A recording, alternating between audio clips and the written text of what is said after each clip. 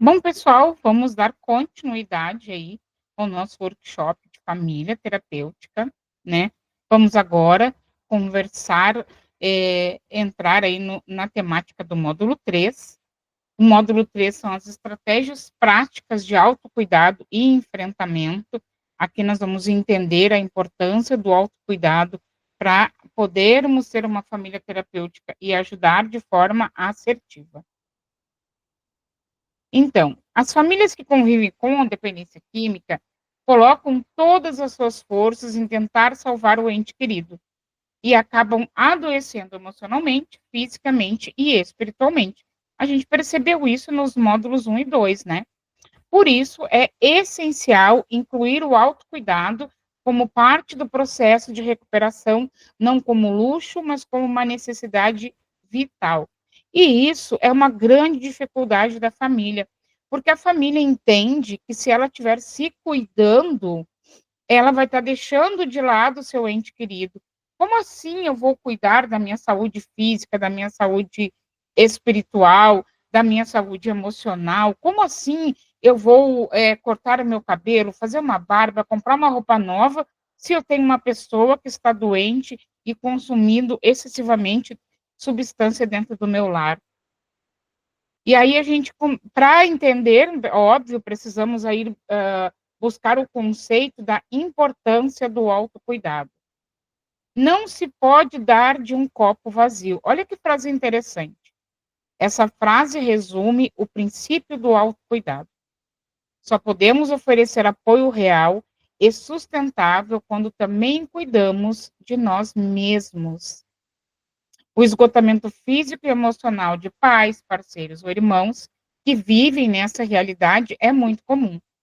E se não for tratado, pode levar à depressão, à ansiedade, distúrbios do sono e perda de identidade pessoal. O autocuidado não é egoísmo, é prevenção do adoecimento familiar. Que visão importante, né? Porque sempre que falamos de autocuidado, automaticamente as pessoas levam a um cuidado externo. Então, vou fazer maquiagem, vou comprar brinco, vou comprar roupa nova, vou ir numa barbearia, sempre leva para esta parte. Porém, o autocuidado, ele envolve o ser integral. E não é egoísmo nós nos cuidarmos. Quando nos cuidamos, estamos prevenindo doenças em nós e automaticamente no nosso contexto familiar. E aí vamos falar um pouquinho então do autocuidado físico. Manter uma rotina de sono regular, ter alimentação nutritiva e da hidratação adequada, praticar movimentos corporais, mesmo os leves, como caminhada ou alongamento. Qual a família que mantém uma rotina de sono regular, quando seu ente querido não está em recuperação? E a família que não busca ajuda, mesmo o seu ente querido estando em recuperação, ela não vai ter uma rotina de sono regular. Por quê, Neuzinha? Porque ela vai ficar ligada, presa às dores e os traumas que ela tem do uso de substância. Então, eu não vou dormir porque o Joãozinho pode sair para a rua. Eu não vou dormir porque eu não sei se o Joãozinho está usando droga lá no quarto. E ele está vivendo a sua recuperação. A família tende a não se alimentar, né? Se perde a fome, não tem vontade, porque a gente entra num processo aí, né? Como a gente já viu muitas das vezes, num processo depressivo, e que a gente não tem vontade de fazer nada. E não temos tempo dentro dessa não ter vontade. Eu não tenho tempo, porque eu tenho que ir lá na rua, porque eu tenho que ir lá pagar não sei o quê, porque eu tenho que ver onde ele está, e aí eu estou exausta, vou me deitar. E praticar os movimentos com o corpo, né? Uma caminhada, um alongamento, uma atividade física que faz muito bem para o nosso cérebro, né? Aí ajuda muito no sistema dopaminógeno também, então faz bastante diferença. No lado emocional, identificar e nomear as nossas emoções. O que eu estou sentindo agora? É raiva? É medo? É tristeza? Precisamos nomear isso. É muito legal escrever sobre isso. e depois trazer essas emoções para, uma sessão de terapia para a gente tratar isso, para entender este processo, né. Validar sentimentos sem julgar, sentir-se exausto ou com raiva não faz de você uma pessoa ruim. "Ai, que horror, eu sou uma péssima pessoa, porque eu não quero ajudar meu filho. Eu sou uma péssima pessoa, porque eu estou com raiva do meu marido nesse momento". Buscar espaços seguros de escuta, terapia individual, grupos de apoio, escrita terapêutica. É muito legal a escrita terapêutica, gente. E a parte da espiritualidade. Ter momentos de conexão interior, silêncio ou meditação. Buscar práticas espirituais ou filosóficas que deem sentido e sustentação emocional. Isso não significa necessariamente religião, mas cultivar algo maior que ajude a atravessar a dor com esperança. Muito importante. Neste processo, muitas das vezes, nós nos revoltamos com o poder superior. Se eu tenho uma religião, muitas das vezes eu fico revoltada. Se eu criei meu filho dentro de um segmento religioso, muitas das vezes eu vou ficar revoltada. E a gente precisa estar conectado com algo espiritual que nos dê esta força. A partir disso, como é que a gente vai agir então quando estiver, diante de uma recaída? Vamos evitar o pânico ou as reações impulsivas, respirar, ouvir, observar antes de agir. Neuzinha, mas isso é possível? Sim, é possível para aquela pessoa que está buscando. Ela vai ficar triste, ela vai ficar com raiva muitas das vezes, vai ficar pé da vida. Mas se ela estiver buscando, ela vai ter outras reações diante o indivíduo.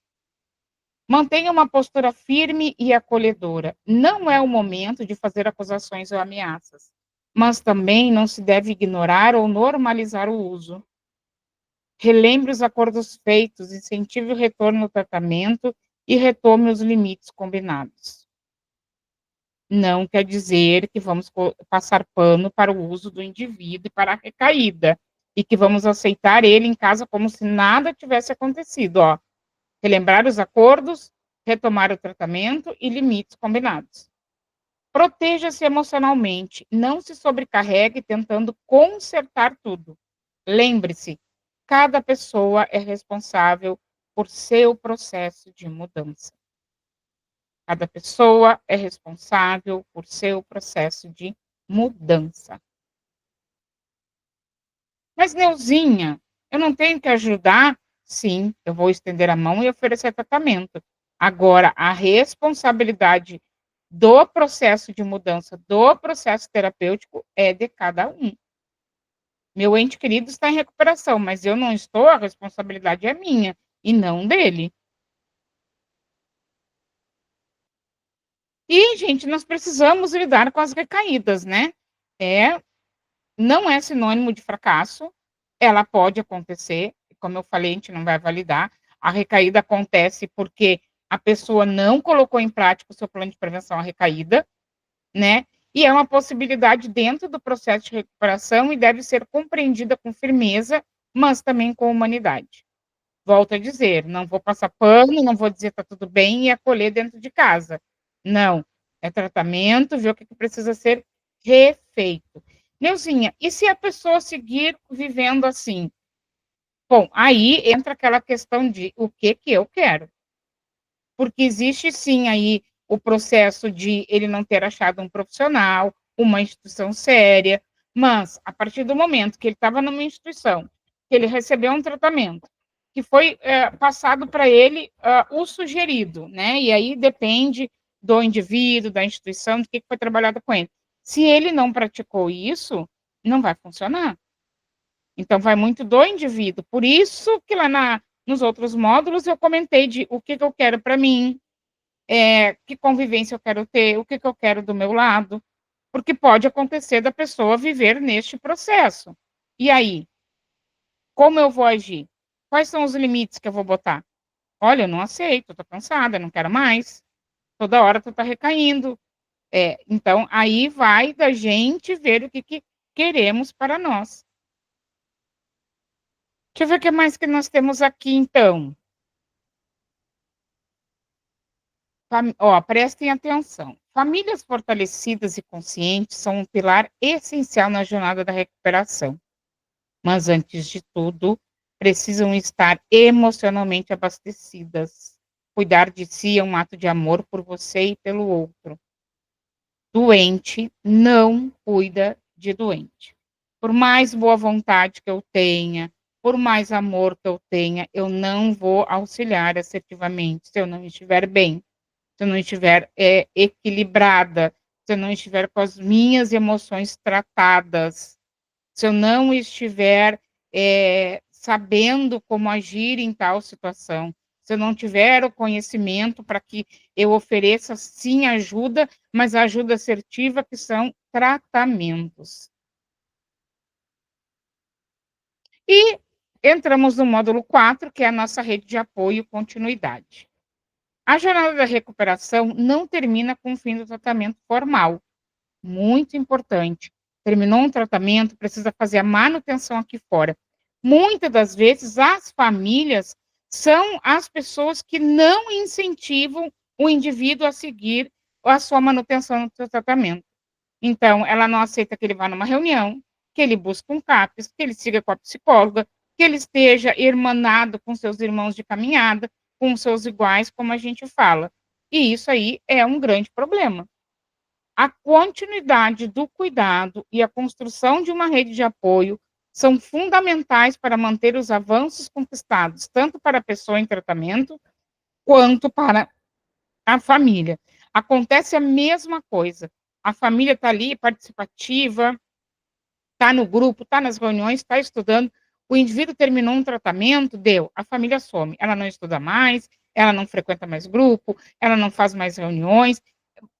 Parece que aconteceu uma mágica e que agora eles vão viver em uma outra realidade. E se a família não se cuidar, relembrando, e o dependente químico também não, vem um processo de recaída.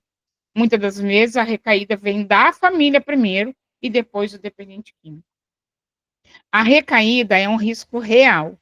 E o isolamento emocional, muitas das vezes, é um dos seus gatilhos. Por isso, a conexão com pessoas, práticas e espaços que acolhem, escutam e fortalecem deve ser estimulada desde o início do processo. Vou repetir.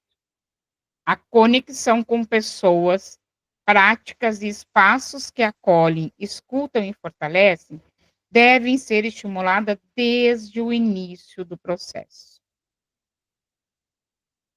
Então, começou o processo, vamos incentivar, vamos explicar, vamos trazer psicoeducação, para que ambos entendam que após um tratamento há esta necessidade da continuidade, a manutenção do tratamento que a gente fala.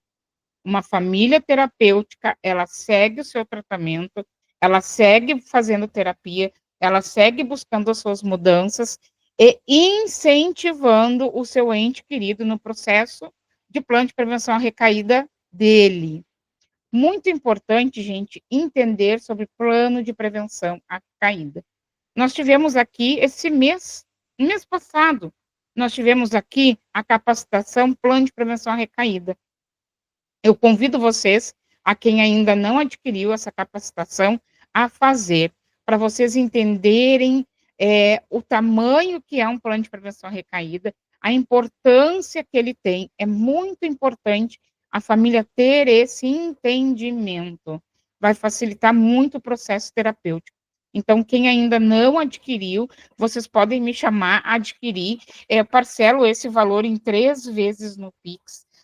Ele é 199, mas para os alunos ele tem um valor diferenciado e a gente parcela em 3 vezes no Pix, tá? Então sai aí, eu não me lembro o valor de aluno, mas sai menos de R$ 50 cada parcela, tá? Muito importante vocês entenderem, é um conteúdo bem vasto, foram 4 dias de aula, um conteúdo bem vasto, né? Então vale muito a pena e muito material de apoio foi dado nessa capacitação. Então, eu convido vocês a fazerem isso. Dentro disso também, eu quero convidar vocês para a capacitação de jogos, que vai começar na terça-feira com a Prof. Ju. Juliana que vai dar, que ela é expert nesse assunto, tá?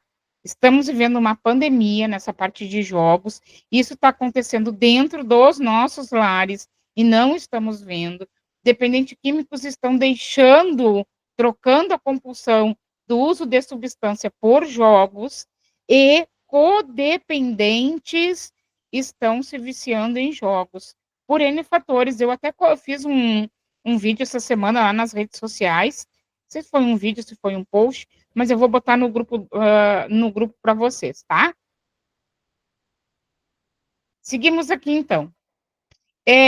O que tem de rede de apoio para as famílias, então? Trouxe aqui os grupos, né, onde a dor encontra com a escuta. Além dos grupos, gente, nós temos os CAPs, né, para a gente buscar como apoio também, né, os CAPs álcool e droga, na teoria, deveriam atender, né, as famílias também, né. Então, os grupos de apoio são espaços de acolhimento, troca de experiência e fortalecimento emocional mediados por princípios éticos e afetivos. Neles, os participantes percebem que não estão sozinhos, o que reduz a vergonha, o medo e a desesperança. Alguns grupos que recomendamos: Amor Exigente, focado na reeducação afetiva e comportamental, o Naranon, voltados a famílias de dependentes químicos e alcoolistas, né? Tem também o CODA, que é o Codependentes Anônimos, o MADA, que é Mulheres que Amam Demais, e grupos terapêuticos. Os grupos terapêuticos, eles são diferentes de grupo de apoio. Grupo terapêutico, eles têm os profissionais da área da saúde mental, psicólogos, terapeutas, para fazer esses retornos, tá? Então, com condução de profissional, oferece espaço para expressão emocional e orientação aprofundada. E aí temos o nosso grupo, né, Codependentes Unidos, que eu peço que vocês divulguem, convidem os seus familiares, né, para entrarem neste grupo. Ele é um grupo específico para quem reconhece que desenvolveu padrões de codependência, aprendendo a se fortalecer emocionalmente e estabelecer vínculos mais saudáveis. Participar de grupos não substitui terapia, mas complementa o processo de forma valiosa. A gente sempre bate muito nessa tecla, né? Participar de grupos não substitui terapia. Então, eu preciso, igual, buscar esse meu autoconhecimento. E envolver a família com a psicoeducação, né? A família não deve ser apenas informada sobre o tratamento, mas integrada ao processo de forma respeitosa e ativa. Isso inclui encontros familiares periódicos com profissionais para compartilhar atualizações, tirar dúvidas e fortalecer vínculos. Opa, repetir. Educação sobre dependência química, codependência, recaídas e estratégias de apoio. Participação voluntária e consciente, respeitando o tempo de cada membro, sem imposições. Famílias bem informadas se tornam parceiras mais eficazes no tratamento. Olha quanto tem de busca para a família e o quanto a gente vê a família parada, estacionada. Muitas das vezes, gente, por achar que o problema é do outro, que o problema não é dela. Isso é um fator que faz com que a família não busque ajuda para si. E temos também aí a espiritualidade e a comunidade, né, uma sustentação afetiva e existencial. A espiritualidade é um dos pilares mais citado por pessoas em recuperação como fonte de força, equilíbrio e sentido. Não se trata necessariamente de religião, mas de cultivar valores e práticas como a gratidão, o perdão, a fé, a compaixão e um propósito de vida. Rituais simples como oração, meditação, leitura, silêncio, pertencimento a comunidades saudáveis, grupos, igrejas, centros culturais, projetos sociais. Aí cada pessoa vai se enquadrar no que ela acha que lhe faz bem, né? Mas é muito importante ter isso, a gente aprender a ser grato, a ter fé, a perdoar, nos perdoar, porque como a gente falou antes, o codependente se culpa tanto, ele traz uma culpa tão grande e temos que nos perdoar. Nesse processo de autoconhecimento, muitas das vezes terminamos vendo que falhamos em algum momento e a gente precisa se perdoar, porque as falhas que cometemos, foi, como eu falei antes, dentro de é o entendimento que eu tinha, é a evolução que eu tinha, é a forma que eu entendia que eu deveria ajudar. Então a gente precisa muito buscar esse auto-perdão. E ser grato mesmo, gente. Eu acho que foi em 2019, eu vou procurar aqui no meu livro, para ilustrar, que eu falei que eu era grata à dependência química. E quando eu falo isso, até hoje, as pessoas ficam muito assustadas. Ó, eu falei em 2018 pela primeira vez e eu vou ler aqui para vocês, está na página 160 do meu livro. Deixa eu ver aqui. Dia 22 de agosto de 2018, uma quarta-feira, agradecendo ao filho adicto que tenho. Quando falamos dos nossos entes adoecidos, na grande maioria das vezes, nós falamos do uso e da recuperação. Falamos que eles estão incomodando, tirando a nossa paz, que não temos mais a mesma vida. Falamos que os amamos, mas que estamos cansados e que não aguentamos mais. E é uma verdade, né?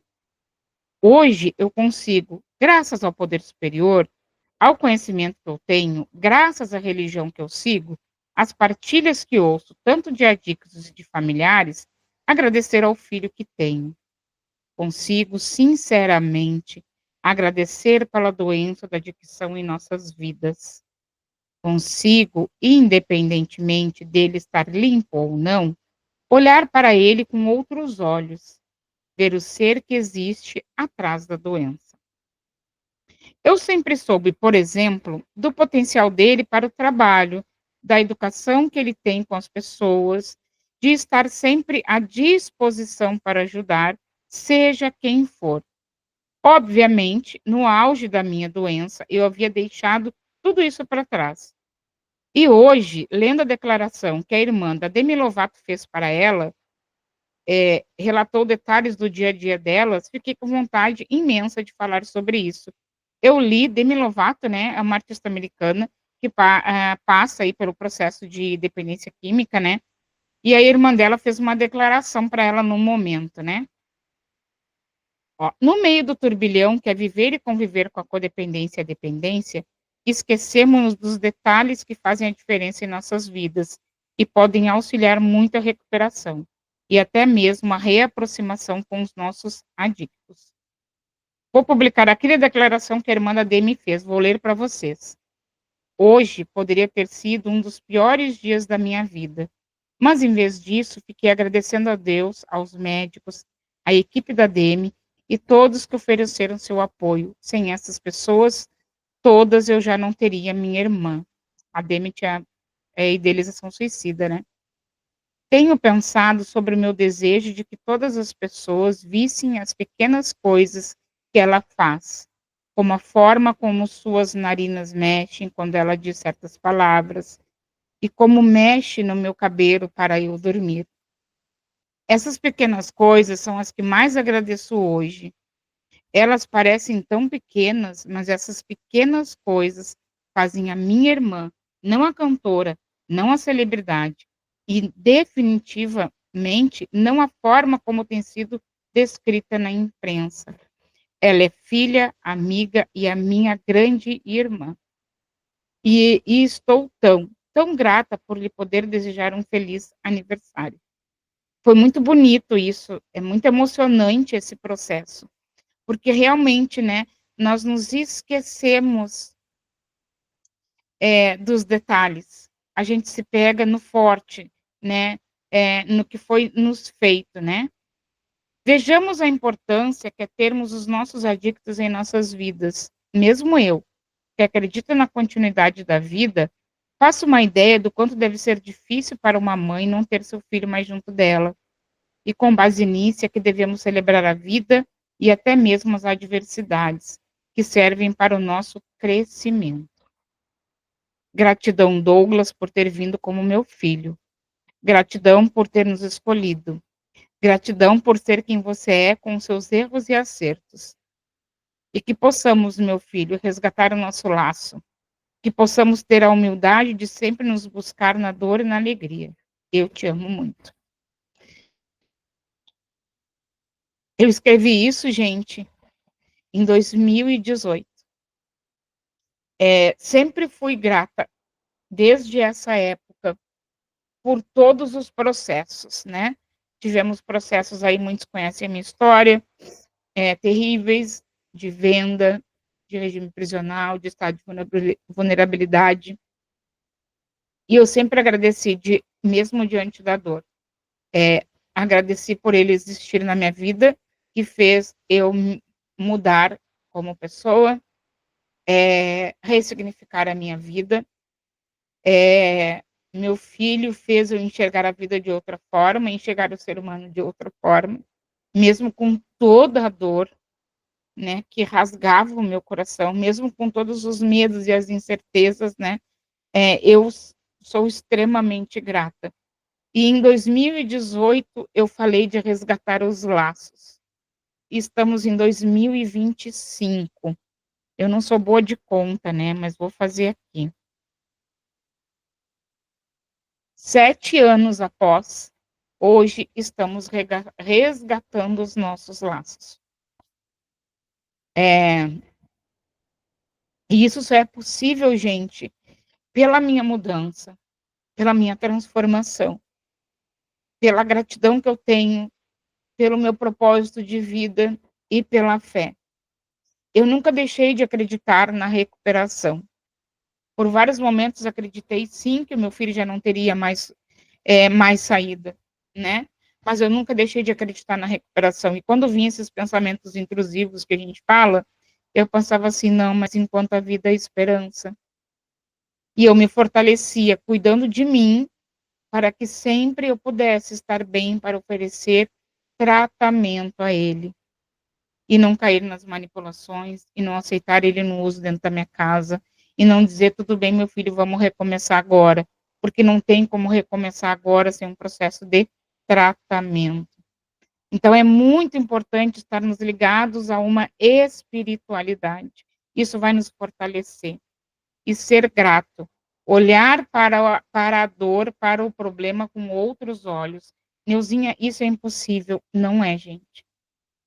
Claro que eu precisei de ajuda para isso, óbvio que tem a minha religião de preferência, e óbvio que o processo terapêutico ajuda demais. Eu olhar para a minha vida, olhar quem eu sou, e isso é dentro de um processo terapêutico que vai nos auxiliar, faz total diferença. Eu convido a vocês, hoje, tirarem um momento, né, do dia, para vocês olharem a vida de outra forma.